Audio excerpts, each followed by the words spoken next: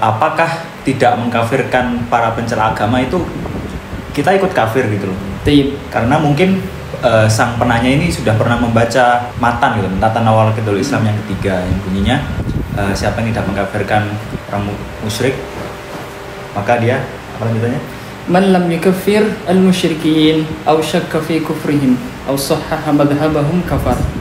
Jadi yang kita kan udah sama-sama lihat tuh podcastnya. Durasinya berapa sih? Ente ingat? 16 menit. 16 menit. Dan di situ ada hostnya itu menanyakan pertanyaan yang memang diajukan untuk Fatwa TV dan dipersilahkan untuk ketiga ustadz yang mana pada podcast tersebut. Di situ ada Ustadz Abdullah Roy, di situ ada Ustadz Sofyan Baswedan, dan di situ ada Ustadz Erwandi. Soalnya Ana ngerasa nih ya dari feelingnya Ana kok kayak muter-muter dan gak segera to the point ke jawabannya. Bahkan disambungkan ke masalah muamalah juga. Jadi dari masalah prinsip keimanan kok bisa ngerempetnya ke muamalah. Masih belum puas sih terhadap jawaban yang diberikan gitu. Kayak kan pertanyaannya apakah kan berarti jawabannya iya atau tidak gitu. Betul. Itu kayak nggak terjawab gitu. Apa sih yang mau dijawab gitu loh. Kayak masih ragu-ragu gitu. Dan dalam hal ini pertanyaan sang penanya itu kan pembatal keislaman ya. Dalam hal ini case-nya itu tentang istihza ya Ustaz gitu. Jadi begitu Ustaz yang kami rasakan ketika kami melihat video dari media Fatwa TV ini, sebuah pertanyaan apakah seorang yang tidak mengkafirkan pelaku kekufuran akbar. Dalam hal ini ternyata kasusnya istihza. Yeah. Apakah seorang yang tidak mengkafirkan pelaku kekufuran atau kesyirikan akbar, dia itu menjadi kafir atau tidak? Kami meminta jawaban dari antum. Afiduna afadakumullah. Baik, bismillahirrahmanirrahim. Alhamdulillah. Wassalatu wassalamu ala Rasulillah wa ala alihi wa sahbihi wa man ittaba'a hudahu. Tsumma amma ba'd. Pahami konteks pertanyaan yang ada. Bahwa saya tekstual pertanyaan yang diajukan itu berkaitan dengan suatu kasus permasalahan yang spesifik, yaitu berkaitan dengan pembatal keislaman. Pembatal keislaman banyak, tapi pertanyaan yang diajukan mengerucut kepada satu jenis pembatal keislaman yang spesifik, yaitu penistaan atau pencelaan kepada agama. Istihza Ustaz. Yang maksudnya jatuhnya bahasannya ada permasalahan istihza. Berkembang dari pertanyaan tersebut, pertanyaan yang lain, bagaimana hukum orang yang menistakan agama, apakah kafir atau tidak? Dan bagaimana hukum orang yang tidak mengkafirkan orang kafir? Dalam hal ini kasus yang diajukan adalah penistaan terhadap agama. Pertanyaan tersebut secara spesifik ditujukan kepada Ustadz Abdullah Roy, doktor. Iya, benar. Sangat disayangkan ya kapasitas seorang Ustadz Abdullah Roy yang doktor terus S3 mengemban sebuah akademi yang cukup besar yaitu HSI, dan dikatakan pernah mengajar dan terlibat di Masjid Nabawi sebagai salah satu pemateri perwakilan dari mahasiswa Indonesia ketika itu. Hanya saja perkara yang cukup mengherankan, dalam jawaban tersebut menunjukkan ketidaktanggapan Ustadz Abdullah Roy dalam mencerna pertanyaan dan memahami maqasid, maksud yang terkandung di balik pertanyaan terkait. Padahal telah dikatakan fahmus su'al nisful jawab. Memahami redaksi pertanyaan itu sudah separuh dari jawaban. Jika memahami pertanyaannya saja gagal, maka bagaimana bisa mendatangkan suatu jawaban yang mengenyangkan? Nah, Masya Allah Ustaz, itu Anda jadi teringat ketika ujian di pondok tuh Ustaz. Ketika kami ada membingungkan suatu soal esai, kemudian kami menanyakan Ustaz menjawabnya dengan fahmus soal nisful ijabah. Nah, nisful ijabah. Al-hukmu ala syai' far'un an tasawwurihi. Eksekusi hukum terhadap sesuatu itu cabang dari pencitraan, penggambaran terhadap sesuatu tersebut. Ketika pencitraannya di dalam benaknya itu utuh sampai pada seseorang, maka dia akan dapat mengeksekusi dan meletakkan hukum yang tepat. Al-hukmu ala syai' far'un an tasawwurihi. Ketidakpahaman tentang hakikat pertanyaan yang diajukan ini kemudian melahirkan jawaban yang berbelit-belit dan tidak mencakup kepada pertanyaan yang diajukan. Kalau mungkin di bahasa Jepangnya itu bulat Ustaz ya? Bulat. Iya, bulat Ustaz. Yes, ruwet lah, sedikit ruwet. Padahal pertanyaannya jelas ya, penistaan terhadap agama, al-istihza, termasuk pembatal keislaman. Nah, jawaban yang tidak akurat tersebut, ya bisa jadi disebabkan dan dipicu atau dilatar belakangi dari ketidakpahaman tentang hakikat serta esensi dari iman dan Islam itu sendiri. Sesuatu yang mungkin untuk dikatakan sekali berdoktor Abdullah Roy untuk gagal paham dalam memahami esensi keimanan dan keislaman. Dan itu jelas baik. Bisa jadi kegagalan paham tersebut sebenarnya pemicunya bukan dari ketidakpahaman terhadap esensi iman atau Islam. Ada unsur kesengajaan Ustaz ya? Tapi lebih kepada i'tiqad yang dia berpijak di atasnya, yang beliau berpijak di atasnya. Itu akidah al-murji'ah. Atau memang sengaja dipropagandakan Ustaz ya? Ya, baik itu disadari atau tidak bisa jadi. Nah, baik itu disadari atau tidak. Kemudian kita harus pahami bahwasanya permasalahan penistaan agama, pencelaan terhadap ad-din, ini sesuatu yang tidak bisa dicerna dengan akal sehat, tidak bisa diterima. Kenapa begitu? Karena konsep keimanan, pokok dasar keimanan yang paling prinsipil dan fundamental itu adalah ta'zim, pengagungan terhadap Rabbul Alamin. Jika dikatakan seseorang menisbatkan ke suatu keyakinan dan ke suatu agama, sudah pasti keyakinan dia atau keimanan dia dan agama dia itu sesuatu yang sifatnya agung, sakral, sesuatu yang memiliki nilai. Jadi aslul iman itu pijakan dasarnya adalah ta'zim. Bagaimana dikatakan seseorang beriman kalau tidak ada pengagungan di dalam hatinya? Mustahil kan? Nah, penistaan terhadap agama atau penistaan terhadap keimanan itu kan menafikan pokok dasar ta'zim secara asalnya. Karena tidak tergambarkan di sana ada pengagungan di dalam hati keimanan, kemudian terekspresikan dalam wujud penistaan. Sesuatu yang sangat bertolak belakang dan kontradiksi. Makanya kekafiran, orang yang mencela dan menistakan agama, ini permasalahan yang gamblang, nyata, jelas. Tidak ada syubhat dan kesamaran sedikit pun padanya. Dalam hal-hal yang bersifat keduniawian, hal-hal yang sifatnya receh saja, itu seseorang bisa menjaga nilai-nilai kesakralan itu. Misalkan fanatisme kedaerahan, fanatisme kebangsaan, fanatisme kesukuan, klub sepak bola, atau misalkan yang paling receh, fanatisme jahiliyah seperti asobiahnya, hizbiyahnya para pecinta sepak bola, para supporter sepak bola. Ada nilai ta'zim terhadap sesuatu yang dia agungkan itu.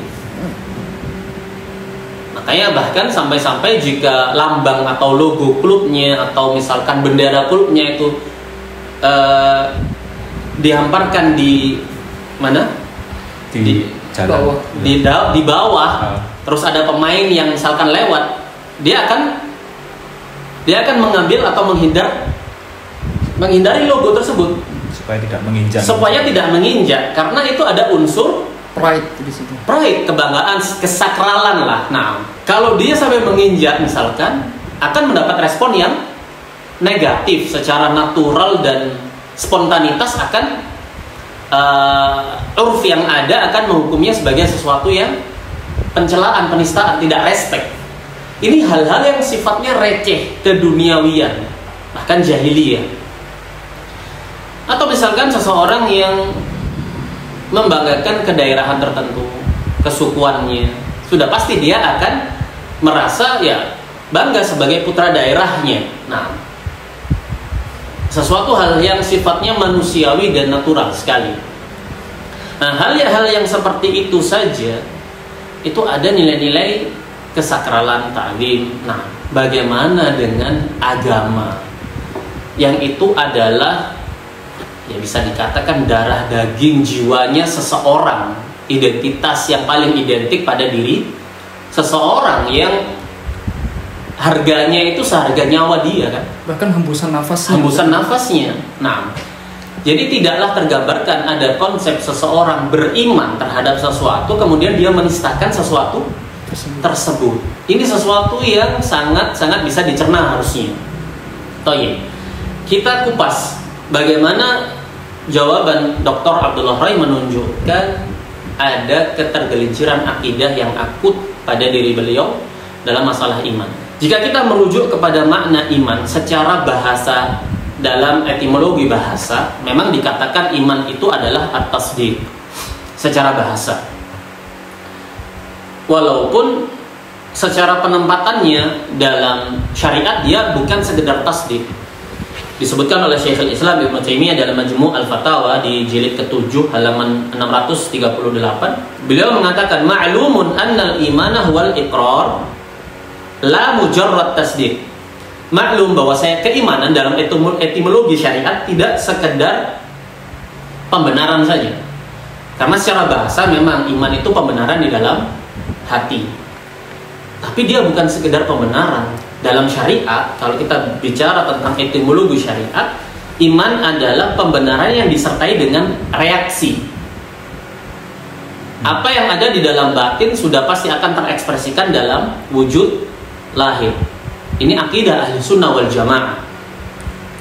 Jadi konsep keimanan secara syariat itu adalah pengikraran dan pembenaran di dalam hati yang kemudian terekspresikan dalam ketundukan dan kepatuhan secara lahir dan batin. Ini konsep iman.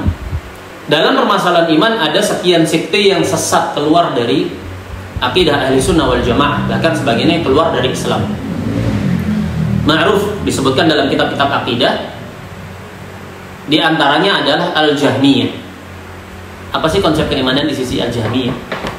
Konsep keimanan di sisi Al-Jahmiyah ma'ruf, yaitu ma'rifah. Sekedar seseorang itu tahu bahwa sang pencipta alam semesta ini adalah Allah Subhanahu wa ta'ala. Dia Rabbul Alamin. Cukup pengetahuan dia itu memasukkan dia ke dalam iman, walaupun dia tidak bereaksi dalam amalan batin maupun lahirnya, sekedar tahu saja. Meskipun tanpa ekspresi pembenaran atau pengamalan di dalam hati, meskipun dia membangkang.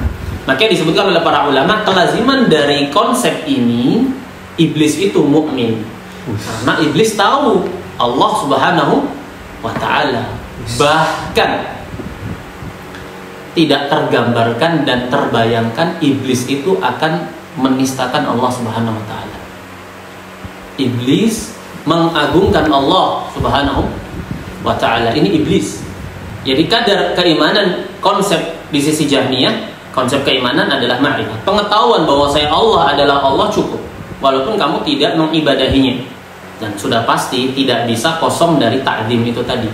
Yang namanya ma'rifah berarti al-arif, orang yang mengetahui, al-ma'ruf dalam hal ini Allah Subhanahu wa ta'ala. Cukup kamu tahu Allah adalah Allah, sang pencipta alam semesta yang berhak untuk diibadahi.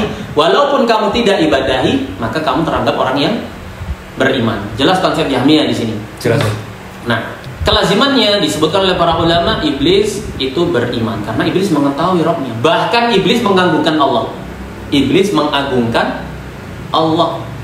Allah kabarkan tentang argumentasi iblis dan Allah Subhanahu wa ta'ala sebagaimana di dalam surat Shad. Allah Subhanahu wa ta'ala berfirman ketika iblis memohon untuk ditangguhkan, qala rabbi fa'andirni ila yaumi yub'atsun. Ya Rabbku, tangguhkanlah aku sampai hari kebangkitan. Maka diijabahi oleh Allah Subhanahu wa ta'ala. Allah berkata, qala fa innaka minal mundharin. Sesungguhnya kamu termasuk orang yang ditangguhkan. Sampai kapan? Ila yaumil waqtil ma'lum.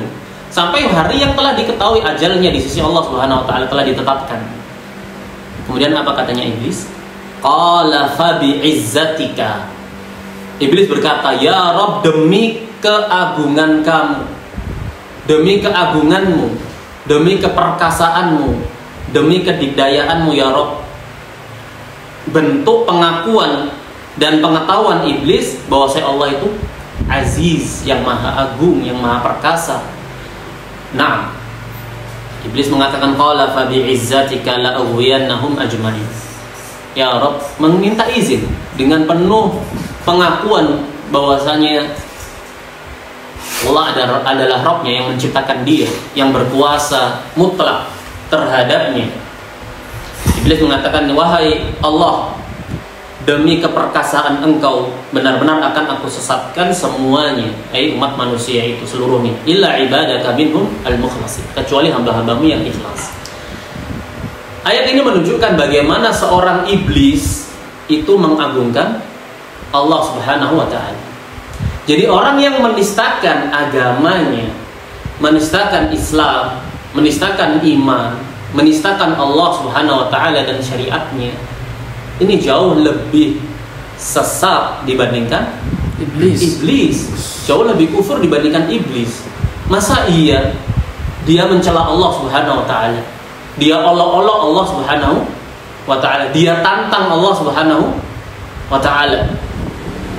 Nah, padahal iblis saja mengakui.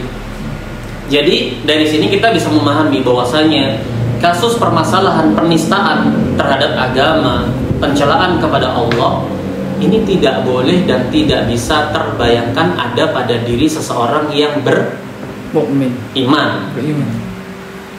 Seminim-minim kadar orang yang berislam tidak bisa terbayangkan dia akan menistakan Islam. Di sana ada orang-orang awam yang tidak beramal, amalan-amalan lahiriah. Tapi soal kehormatan Islam tidak bisa diganggu. Gugat. Ada aib ini, tabu. Senakal-nakal saya, ya tetaplah urusan agama jangan kamu perolok-olok lah. Nah, tetap walaupun kita katakan orang-orang seperti itu karena dia tidak beramal, tetap dia anggap tidak beriman. Tapi setidaknya ada bentuk fitrah ta'zim itu tadi yang bekerja, sehingga tidak bisa tergambarkan ada bentuk penistaan agama dan pencelaan kepada Allah dari orang yang menisbatkan sebagai penganut agama itu. Ada mumtani mustahil. Nah, dari sini menunjukkan bahwasanya seorang Dr. Abdullah Roy, imma dua kemungkinan dan keduanya sama-sama pahit. Imma bisa jadi tidak paham, belum paham tentang konsep iman dan Islam. Kalau tidak paham ini, ya dia belajar lagi Islam dari nol, masuk lagi ke dalam Islam. Mulai lagi dari usul, bahkan mulai lagi bersyahadat. Karena syarat syahadat adalah al-ilm, fa'lam annahu la ilaha illallah. Al-ilm ma'ruf. Dan itu tidaklah, insya Allah tidaklah terluputkan dari seorang Dr. Abdullah Roy. Ilmun wa yaqinun wa ikhlasun wa sidquka ma' mahabbatin wa ikhlasun wal qabuli laha ma' mahabbatin wa qiyadin wal qabuli laha. Nah, wa zida thaminuha kufranu minka bima siwal ilahi. Baiknya itu ilmun wa yaqinun wa ikhlasun wa sidquka ma' mahabbatin wal inqiyadi wal qabuli laha wa zida thaminuha al kufranu minka bima siwal ilahi minal asya'i qad kulliha. Nah, 7 syarat dari la ilaha illallah ditambah syarat yang ke-8 yaitu kufur bitauhid.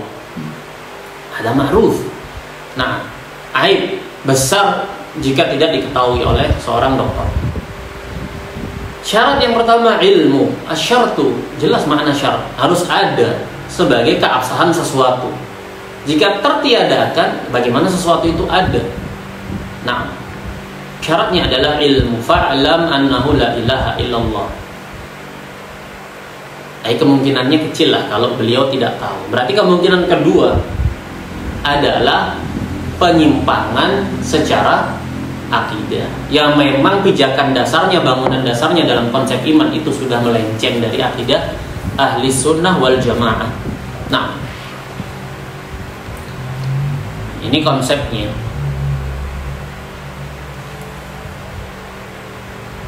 Kemudian apa lagi?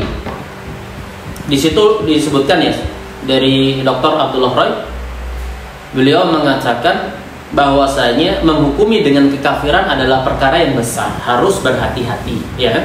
Iya, Ustaz. Iya itu. kalimat pertama yang Nah, Ustaz. benar. Dan melanjutkannya dengan salah satu dalil dari hadis Nabi alaihi salatu wassalam. Benar, memang dalam permasalahan takfir dituntut padanya kehati-hatian. Kenapa? Agar seseorang itu tidak menimpakan suatu hukum yang keliru dan salah. Kemudian dia bawa dalil hadis Rasul sallallahu alaihi wasallam, "Idza qala rajul li akhihi ya kafir faqad ba'a biha." Na'am ahaduhuma. Apabila salah seorang berkata kepada saudaranya wahai kafir, maka kekafiran itu bisa kembali ke salah satu dari keduanya. Benar. Tapi kita lihat bagaimana para ulama kibar, para sesepuh yang rusuh, mapan, kokoh dalam keilmuan memberikan jawaban. Syekh Abdul Aziz bin Baz menjawab tentang hadis tersebut di syarah beliau terhadap Nawaqidul Islam di Subulus Salam. Di akhir pembatal keislaman yang ketiga. Ketika beliau ditanya tentang hadis ini, beliau mengatakan apa? Adapun hadis tersebut yang dimaknakan, yang dimaksudkan adalah idza qala lahu ya kafir wa laisa ahlan lidzalika. Apabila seseorang menuduh saudaranya kafir padahal yang dituduh itu tidak seperti itu adanya, Tidak terjatuh pada kekufuran. tidak terjatuh pada kekufuran. Amma idza kana ahlan lidzalika fa innahu yabu'u biha huwa al-maqulu lah. Adapun kalau yang dikatakan kafir itu yang memang dia layak dan pantas untuk dikatakan kafir dan memang telah terjatuh dalam kekufuran, ya sudah, nggak ada iskal. Kekufuran itu memang kembali kepada pelakunya. Nah, tidak ada iskal pada yang demikian itu. Dan permasalahan ini dapat menjerumuskan juga ke dalam kekufuran, yaitu apa? Tidak mengkafirkan orang musyrik dan kafir. Orang musyrik. Tidak mengkafirkan orang musyrik yang konsekuensinya bisa jatuh ke dalam kemurtadan, kan? Sama-sama berbahaya. Sembarangan mengkafirkan juga resikonya kekafiran itu bisa kembali kepada dirinya. Tapi kalau kamu juga sembarangan dalam tidak mengkafirkan, bersikap sok tawarruk warok dalam hal ini kepada kekafiran-kekafiran yang telah jelas, ini juga menempatkan kamu dalam jurang kekufuran yang berbahaya juga. Terlebih lagi realita didikan yang sudah ditanamkan kepada masyarakat itu adalah narasi yang berbunyi jangan mudah mengkafirkan. Nah, jadi narasi-narasi yang tidak diimbangi dengan edukasi yang tepat, yang pertengahan. Dan juga sepertinya itu tidak lengkap, Ustaz, ya. Perlu diteruskan lagi narasi jangan mudah mengkafirkan. Itu kayaknya seperti kurang, Ustaz. Perlu dilanjutkan lagi. Nah, memang permasalahan ini ditunggangi oleh mereka.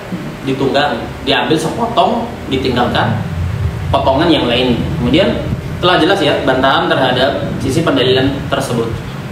Nah, memang kita harus berhati-hati dalam menentukan vonis kafir. Tapi kehati-hatian itu, sikap kehati-hatian itu diberlakukan pada perkara yang memang bias, samar, rancu. Adapun permasalahan tekstual yang ditanyakan penistaan agama, ini tidak ada keraguan sama sekali. Apakah mungkin untuk seseorang itu menistakan, menjelek-jelekkan orang yang dicintai, dalam hal ini ibu atau orang tuanya misalkan? La yumkin. Kan la yutasawwar, kan, tidak tergambarkan. Nah, ini agama yang jauh lebih agung, lebih prestisius gitu. Jadi dia permasalahan yang tidak ada syubhat padanya. Lah, tawakuf, bersikap berhati-hati dari mengkafirkan orang-orang yang jatuh dalam kekafiran yang jelas seperti penistaan agama ini sangat berbahaya. Bisa jatuh dalam pembatal keislaman yang ketiga. Kemudian dikatakan bahwa ulama sejak zaman dahulu sangat berhati-hati dalam menghukumi kekafiran. Iya, nah, tapi mereka juga sangat berhati-hati dalam bersikap warok dari tidak mengkafirkan orang yang jelas-jelas terjatuh dalam kekafiran yang gamblang. Apalagi sampai mengimankan kekufuran, Ustaz. Apalagi sampai mengimankan kekufuran, itu tidak kufur bittauhut berarti. Padahal dikatakan faman yakfur bittauhuti wa yu'min billah. Jadi dua rukun ini harus terwujudkan baru masyrutnya terpenuhi. Faqad istamsaka bil urwatil wuthqa. Kapan itu syahadat la ilaha illallah terrealisasikan? Ketika dua syarat yang disebutkan di awal ayat, nafi dan isbat, telah terpenuhi. Kalau dia tidak kufur terhadap tauhid, nah, bagaimana dia bisa mewujudkan la ilaha illallah itu sendiri. Jadi masalahnya itu benar-benar nggak sepele gitu. Masalahnya masalah berat, butuh tadqiq, butuh benar-benar dipastikan, diteliti betul.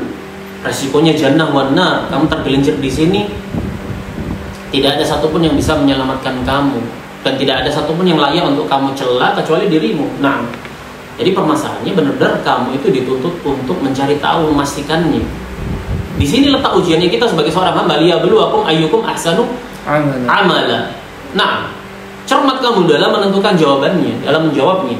Ustazmu tidak akan mampu untuk membantu dan menyelamatkan kamu kalau kamu sesat. Nah, nafsi. Masalah ini nafsi. Masalah i'tiqadiyah. Yang ditanya nanti kamu, man rabbuka? Di kuburan. Nggak bisa kamu mau toleh ke kanan ke kiri, mau tanya siapa, mau minta tolong siapa. Ngerepek jawaban nggak bisa nyontek. Ini masalah yang asasi dan fundamental. Berarti nggak bisa kamu gampangan kan? Harus kamu taruh perhatian lebih padanya. Sudah benarkah akidah saya? Sudah benarkah keislaman saya? Maintenance, tauhid lagi. Nah, dipelajari lagi permasalahannya. Kemudian disebutkan, dan ini distorsi. Makanya hati-hati mengambil ilmu dari orang-orang yang tidak paham materi-materi atau alur madrasahnya Syekh Muhammad bin Abdul Wahab. Tidak kompeten maksudnya. Tidak kompeten. Walaupun dia bertitel dengan titel gelaran-gelaran yang kaliber doktor gitu. Nah, doktor adalah gelaran akademis. Ma'ruf kalau kita belajar akademis, bukan ya kan? Gelaran praktis Ustaz ya? Bukan gelaran praktis. Dia hanya menunjukkan kamu adalah orang yang pernah terdidik secara akademis. Tapi apakah kamu benar-benar akademisi? Belum tentu kan. Nah, karena konsep pembelajaran akademis itu kan pokoknya kamu ikut alur, kerjakan tugas, ikut ujian, lulus. Wisuda. Apapun itu caranya. Nah, kamu ikuti begitu saja alurnya. Dan naik SD lulus, SMP lulus, SMA masuk kuliah, auto mau kopas mau nggak kopas, apapun caranya, tugas selesai, ujian final tuntas, ya kamu pasti lulus. Karena kamu hanya ikut birokrasi aja, ikut alurnya aja, ikut aturan mainnya, studi yang ada itu. Mau sampai gelar doktor pun ya akan seperti itu. Nah, walaupun ya kita tidak menafikan tingkat keintelektual seseorang jelas berbeda ya antara satu strata dengan strata yang lain ya. Nah, tapi bukankah di sana ada seorang doktor yang masyhur, terkenal dalam bidang agama, ditanya masalah yang paling fundamental saja tidak tahu, yang kapasitas dia tidak boleh jahil padanya. Ditanya tentang arsy dia tidak tahu, ditanya tentang rukun qauli dia tidak tahu. Seorang doktor dengan kapasitas dan kaliber yang seperti itu, dengan jamaah yang ribuan juga Ustaz. Dengan jamaah yang ribuan, follower jutaan. Di sini menyadarkan kepada kita bahwasanya jadi titel itu bukanlah acuan barometer yang sifatnya valid dan konkret. Bukan parameter kebenaran. Bukan parameter juga. Nah, betapa banyak orang-orang yang mengemban titel, ya ternyata kualitas bobot keagamaannya, intelektual keagamaannya dibabat habis oleh orang santri, orang tingkat pesantren yang mungkin secara akademis tidak pernah terdidik secara formal. Jadi itu bukanlah acuan. Nah, masalah yang lain yang ada pada mereka ini adalah distorsi terhadap ajaran-ajarannya Syekh Muhammad bin Abdul Wahab rahimahullah. Jadi ada dua musuh dakwah terhadap kurikulum pembelajaran madrasahnya A'immatud Da'wah Syekh Muhammad bin Abdul Wahab, ada dua, yaitu kuburiyun. Musyrikun yang memang secara terang-terangan memusuhi dan kontra.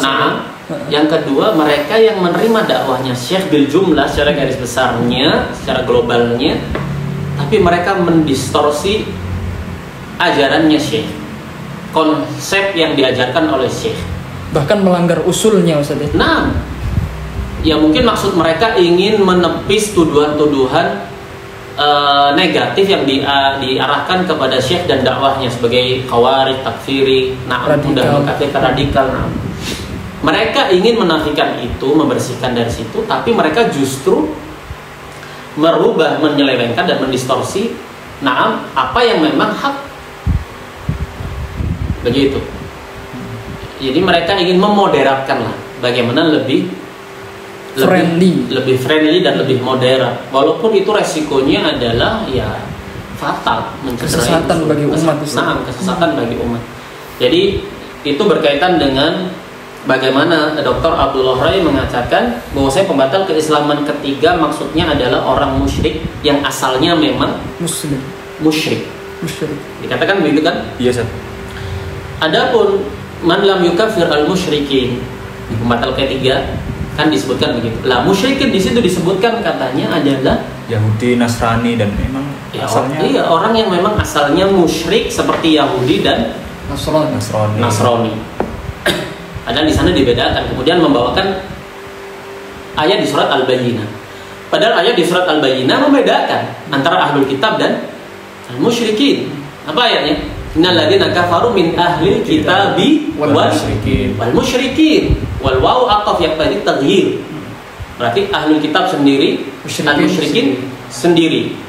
Walaupun keseluruhannya tetap mereka masuk kategori ya terjatuh dalam kesyirikan, tapi mereka punya kategori yang berbeda muamalahnya antara musyrik dan ahlul kitab. Nah, kemudian dipahami bahwasanya sudah gagal paham dalam memahami ayat di surat Al-Bayyinah, kemudian menyelewengkan makna musyrik. Bahwasanya yang dimaksudkan di dalam pembatal keislaman ketiga yang tidak mengkafirkan orang musyrik yaitu musyrik asli. Entah ini tidak jujur atau memang sengaja, tidak jujur sengaja, atau memang tidak paham. Kalau kita melihat kepada pembatal keislaman yang ketiga, itu kan pembatal yang pertama dikatakan, dicontohkan apa? Al-musyrik. Al-musyrik kan? Iya. Nah, apa pembatal keislaman yang pertama? Asyirku fi ibadatillah.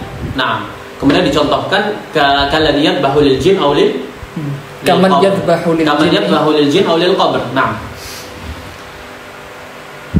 kemudian pembatal yang kedua, man ja'ala bainahu wa bainallahi wasa'id, yang menjadikan antara dia dan Allah perantara, dia minta syafaat. Nah, dia bertawakal kepadanya, dia berdoa meminta hajat kepadanya. Yang sudah pasti man itu adalah muslim misalnya. Nah, sekarang pembatal ke-1 dan kedua, menyembelih untuk jin dan untuk kuburan, mengambil perantara. Ini amalannya siapa? Muslim pasti. Ini kan amalannya orang-orang yang muslim. Di masa ini loh, amalan-amalan orang-orang yang menisbatkan terafiliasi ke Islam kan. Nah, kita tengok di masa Syekh Muhammad bin Abdul Wahab. Apakah ada orang Buddha di sana? Tidak ada.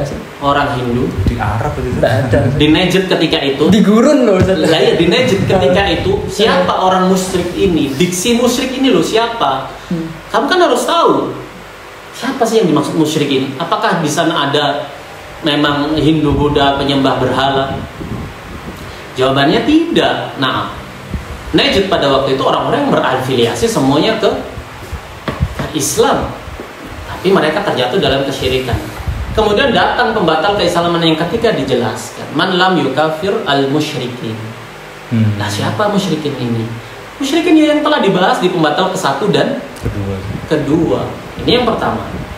Yang kedua, makna musyrik tidaklah dinamakan musyrik kecuali karena dia beribadah kepada Allah.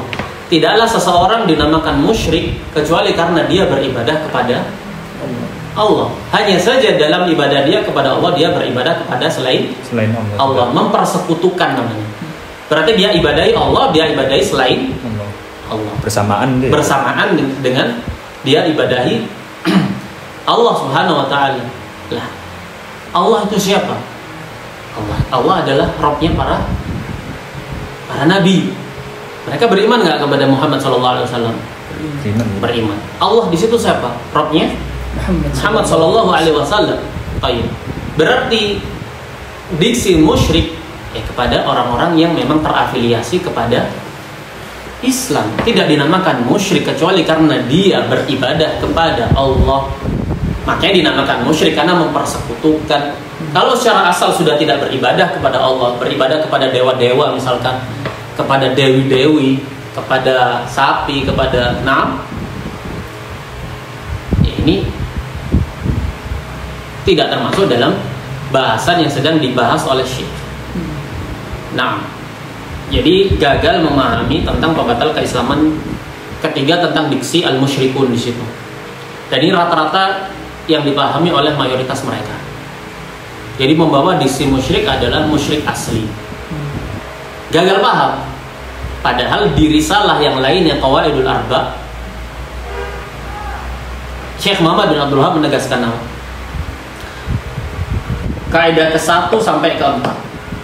Dari kaidah ke-1 sampai ke-3 beliau menunjukkan bahwasanya amalan-amalan orang-orang musyrik di masa Nabi SAW itu adalah sama konsepnya dengan amalan-amalannya orang-orang musyrik yang ada di masa beliau. Di kaidah yang keempat jatuh kesimpulan bahwasanya ternyata bersamaan dengan itu semua orang-orang musyrik belakangan aghladu syirkan minal awalin, jauh lebih parah kesyirikannya dibandingkan kaum musyrikin yang dulu. Nah, di sini harus ada natijahnya. Hasilnya apa? Kalau dikatakan bahwasanya amalan kaum musyrikin terdahulu dengan yang sekarang itu ya konsepnya sama, kemudian di akhir dikatakan lebih dahsyat, bahkan bagaimana bisa dibedakan?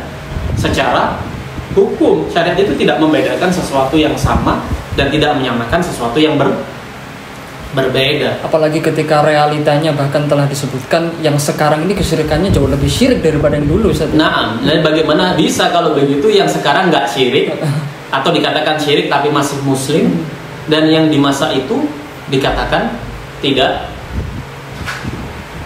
muslim. Mereka beribadah haji, ya kan? Mereka mengimani Allah wala, mereka beribadah kepada Allah Subhanahu wa taala. Qul may yarzuqukum minas sama'i, atau misalkan mereka juga beriman dalam permasalahan uluhiyah, fa idza raqibu fil fulki da'u Allah mukhlishina lahu ad-din. Da'u Allah, mereka berdoa kepada Allah Rabbul Ka'bah. Ya Rabbnya para nabi. Falamma najjahum ilal bar. Syahidnya di ayat itu kan menunjukkan bahwasanya orang Arab ternyata juga beribadah loh kepada Allah, bahkan ikhlas. Mukhlishina lahuddin, dipersaksikan oleh Allah ikhlas loh. Nah, kita siapa yang mempersaksikan keikhlasan kita? Nggak ada. Allah mempersaksikan keikhlasannya orang-orang musyrik dalam situasi kondisi tertentu ketika genting. Mukhlishina lahuddin. Nah, berarti mereka beribadah kepada Allah. Lah kenapa mereka dikatakan musyrik? Nah, jadi wallahul musta'an, para dokter ini memang mungkin kurang paham atau gagal paham dalam bahasan-bahasan tentang karya-karya Syekh Muhammad bin Abdul Wahab rahimahullah. Jadi kekeliruan ketika membawa dan menyeret diksi al-musyrikin dalam pembatal keislaman ketiga sebagai kaum musyrikin yang asli. Dan keimanan itu kan syarat yang paling mutlak adalah keyakinan di dalam hati. Unsurnya salah satunya keyakinan di dalam hati. Bagaimana keyakinan itu ada jika ilmu tidak mendahuluinya? Meyakini sesuatu yang dia tidak ketahui kan mustahil. Dia nggak tahu tentang sesuatu kemudian dia meyakini sesuatu itu kan mustahil kan. Berarti harus ada kadar minimal dari ilmu. Makanya fa'lam annahu la ilaha illallah. Jadi syarat minimal dia harus tahu. Yang jelas dia punya fitrah bahwasanya Allah yang menciptakan alam semesta. Berarti dialah satu-satunya yang berhak untuk diibadahi. Kemudian dia kenal Islam. Islam konsepnya la ilaha illallah, la ma'budu bihaqqin illallah. Ibadahi Allah saja, jangan syirik. Sudah, titik, selesai, habis perkara. Sesederhana itu. Nah, ini kadar minimal yang harus ada. Makanya orang-orang yang berbuat kesyirikan ya karena dia gagal paham terhadap la ilaha illallah itu sendiri. Nah, itu bukan suatu udzur. Nah, karena dia syarat. Kemudian disebutkan di situ masalahnya akhirnya berandai-andai tentang permasalahan yang itu nggak nyambung. Nah, dia tidak ada kaitannya dan keluar dari substansi. Karena kan pertanyaan jelas, hukum orang yang menistakan agama dan orang yang tidak mengkafirkannya. Khalas, tekstual yang ada jelas ya, kasus masalah ya pasti orang yang menisbatkan ke Islam sadar, berakal, balik, kan begitu kan cakupannya. Nggak usah kemudian dibawa berandai-andai, mungkin kalau gila, orang gila ini kamu sedang berandai-andai dan memberikan taksiran-taksiran yang ya sebenarnya nggak ada gunanya ya akhi. Karena sudah yang pasti yang bertanya mengajukan pertanyaan apakah orang yang tidak mengkafirkan akan otomatis kafir pula sudah pasti maksudnya orang yang tidak mengkafirkan ya orang yang mukallaf. Ya orang yang mukallaf berarti secara tidak langsung dia sedang membodohkan orang yang bertanya. Dikira yang bertanya juga nggak paham kan? Masa orang yang bertanya menanyakan orang gila, ya kan? Karena ya kalau orang gila ya udah ngapain kita tanyain? Iya udah bisa ditanyain. Berarti secara tidak langsung yang menjawab ini menuduh yang bertanya juga sableng kan gitu. Yang kan jelas harusnya konteksnya. Langsung saja nggak usah kamu berada-ada dan memberikan taksiran-taksiran yang takalluf ya akhir. Ini fatwa, berikan jawaban ya atau tidak jelas, jangan abu-abu. Masalahnya bersentuhan dengan usul iman. Kalau orang gila maka kan mengucapkan kekufuran tidak kufur. Ini benar konteks sudah kamu ini kemana sudah larinya. Nah berandai-andai lagi. Kemudian dikatakan kalau orang tidak tahu dia beramal kufur, padahal dia sudah belajar, tetapi dia tidak tahu amalan dia kufur, maka tidak bisa dihukum. Ini kan fakta ini. Kamu paham nggak pertanyaannya? Pertanyaan itu penistaan agama, pencelaan kepada Allah Subhanahu Wa Taala. Kemudian kamu katakan mungkin dia tidak tahu, walaupun dia sudah belajar. Lah terus gimana ini? Udzur bil jahil ini gimana? Walaupun dia sudah belajar, tetap dikatakan jahil. Bahkan tidak kemungkinan gila. Nah, terus mendatangkan kemungkinan yang lain. Hada fatal, hada menunjukkan khubs i'tiqadi. Nah, jeleknya akidah dari fulan ini. Dia katakan begitu. Barangkali dia tidak tahu, dia tidak mencela sesuatu yang sakral, sesuatu yang dia imani. Dikatakan tidak tahu itu ya apa konsepnya? Kalau dikatakan nggak berakal gitu, maksudnya menggigau tidur gitu. Ini kan di luar topik sudah kita. Yang kita bahas ini orang yang kasusnya ya mukallaf jelas. Kamu nggak usah berandai-andai. Mungkin dia orang yang dibius itu, efek bius itu namanya anestesi atau apa itu, sisa-sisa bius itu kan nggak sadar kan?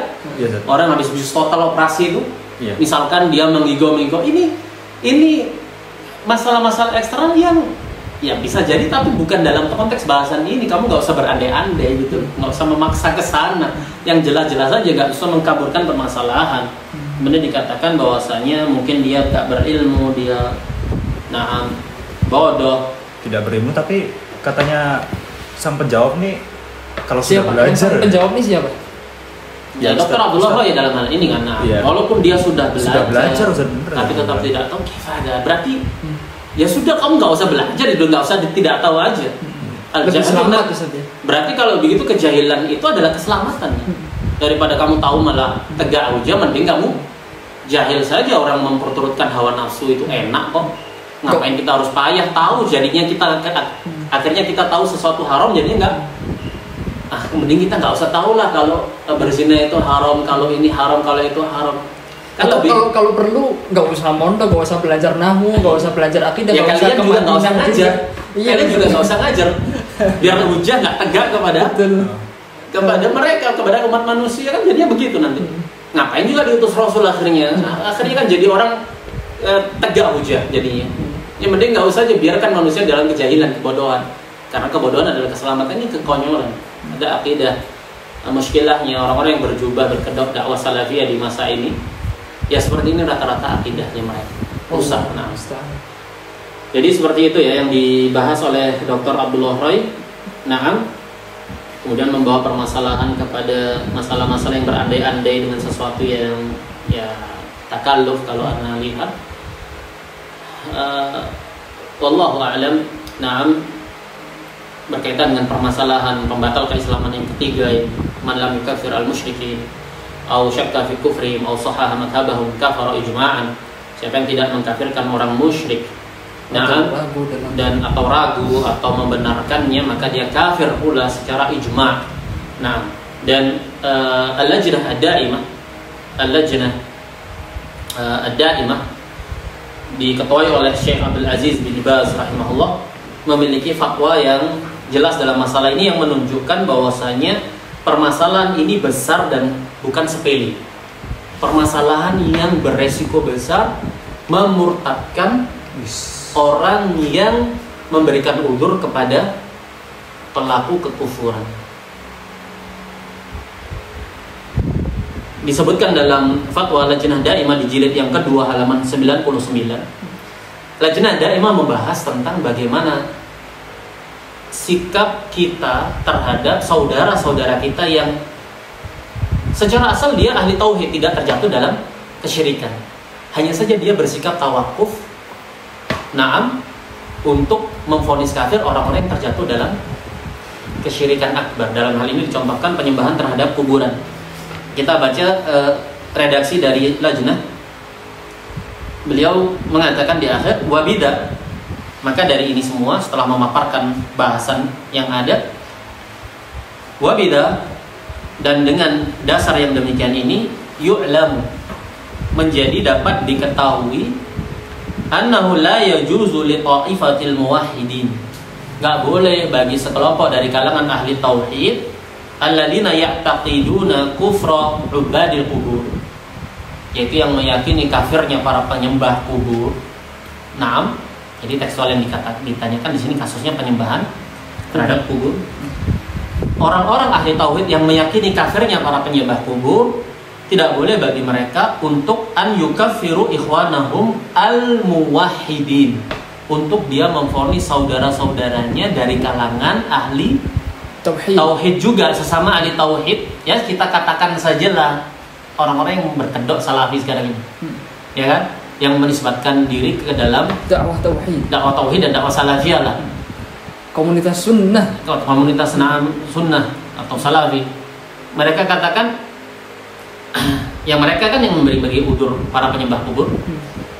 Disebutkan oleh Lajnah tidak boleh untuk kita mengkafirkan mereka. Siapa mereka ini? Alladzina tawaqqafu fi kufrihim hatta tuqama alaihim al-hujjah, yaitu orang-orang yang tawakuf, bersikap abstain dari mengkafirkan para penyembah kubur.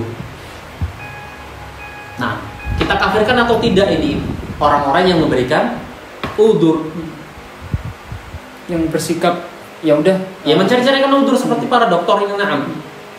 Ini kan yang dibahaskan di dalam fatwa Lajnah Daimah seperti itu kasusnya. Tidak boleh kita kafirkan mereka sampai ditegakkan kepada mereka hujjah. Mereka dalam hal ini Bukan pelaku kesyirikannya, orang-orang yang memberikan udzur dari kalangan ahli tauhid itu tadi loh. Iya kan? Nah, sampai ditegakkan padanya hujjah terlebih dahulu. Dan ini kan sifatnya tidak mutlak juga. Nah, dilakukan dalam rangka bara'atul dhimmah, agar kita melepaskan tanggung jawab atau beban untuk terjatuh dalam kekeliruan memvonis ahli tauhid yang secara asal dia tidak terjatuh dalam kesyirikan, kita vonis kafir. Maka ditegakkan dulu kepada mereka hujjah. Kenapa? Karena ada syubhat katanya Syekh. Kemudian didatangkan ta'lilnya di sini, li'anna tawaqqufahum an takfirihim lahu syubhah.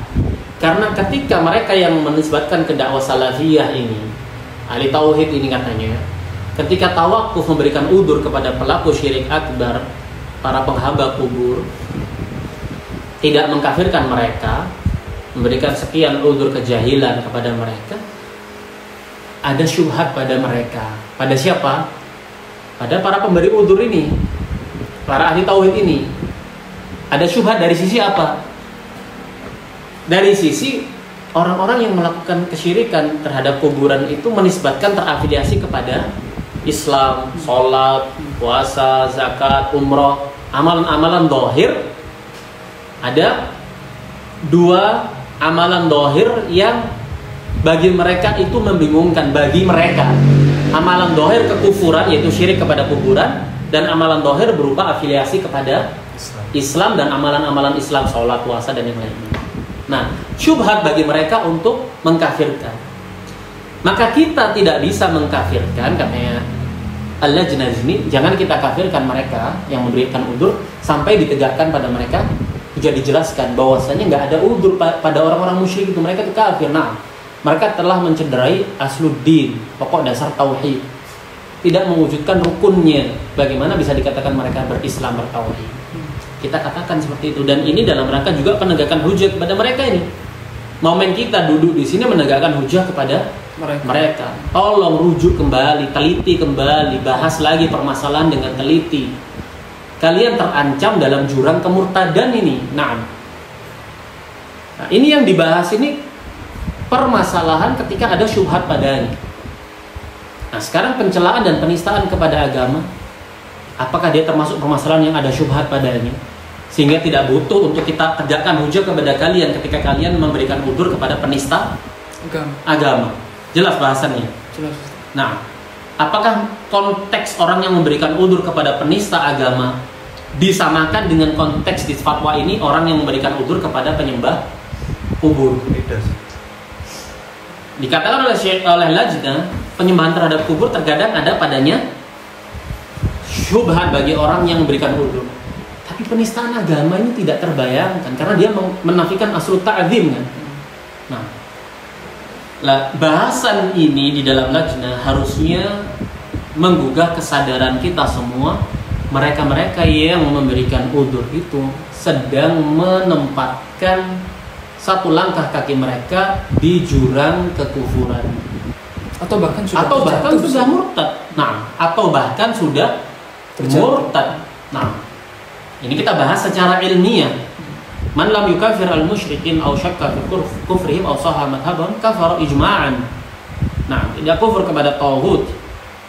Cuman bahasanya lajnah sini, bahasanya lajnah ad-daimah di sini konsepnya yaitu orang-orang yang memberikan udzur kepada para penyembah kubur. Kemudian lajnah melanjutkan,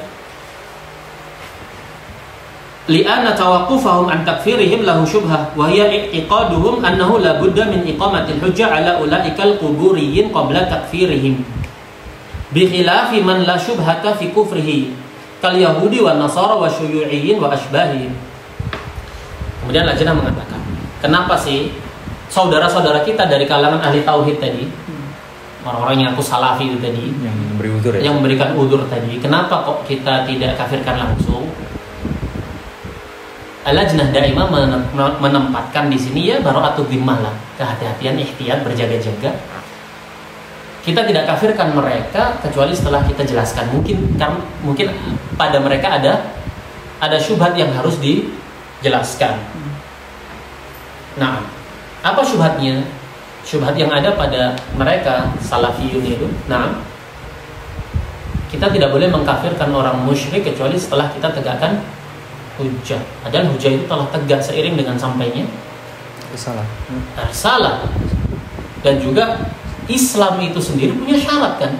Syarat minimalnya adalah ilmu tentang nafi dan isbat la ilaha illallah.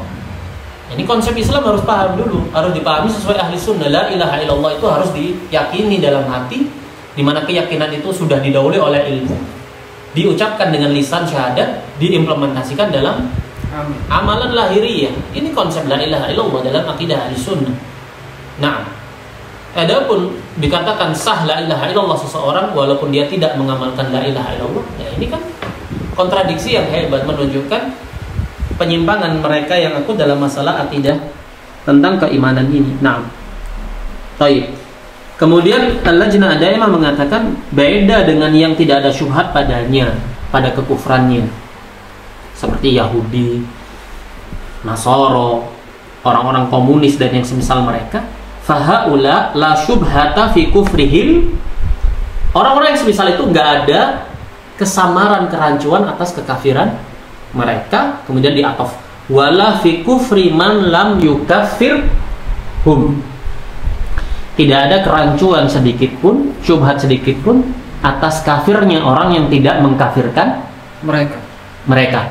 Orang-orang yang bersikap abstain terhadap kekafiran, terhadap kekafiran yang jelas seperti kekafiran Yahudi dan Nasoro. Nah, karena nggak ada syubhat, ilahnya karena nggak ada syubhat. Kita kembalikan sekarang, dudukkan permasalahan penistaan agama dan pencelaan agama itu yang mencederai aslu ta'zim terhadap iman dan din itu sendiri, yang tidak terbayangkan seseorang menisbatkan kepada iman, kepada din, kemudian dia nistakan.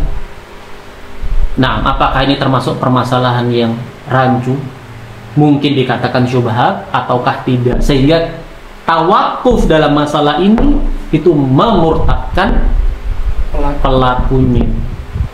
Sebagaimana bermudah-mudahan dalam mengkafirkan orang yang tidak layak, tidak pantas untuk dihukumi kafir, Ini konsekuensinya kekufuran. Begitu pula tidak mengkafirkan orang yang jelas-jelas kafir, terbatalkan keimanannya. Ini juga kemurtadan. Nah, jadi harusnya dipahami fatwa lajnah ini sebagai suatu pelecut. Nah, kamu nggak bisa tinggal diam dong, kamu nggak bisa bergampangan loh dalam masalah ini. Nah,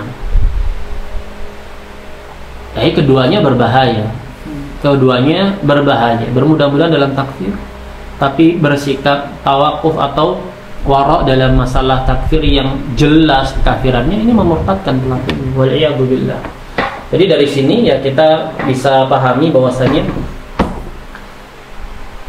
orang-orang seperti mereka ini tidak diragukan kesesatannya. Kita katakan mereka mubtadi' dhal.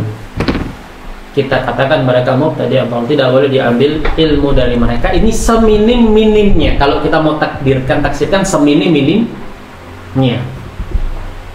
Padahal permasalahannya bahkan bisa menjatuhkan mereka dalam kemurtadan, atau bahkan bisa murtad, wal'iyadzubillah.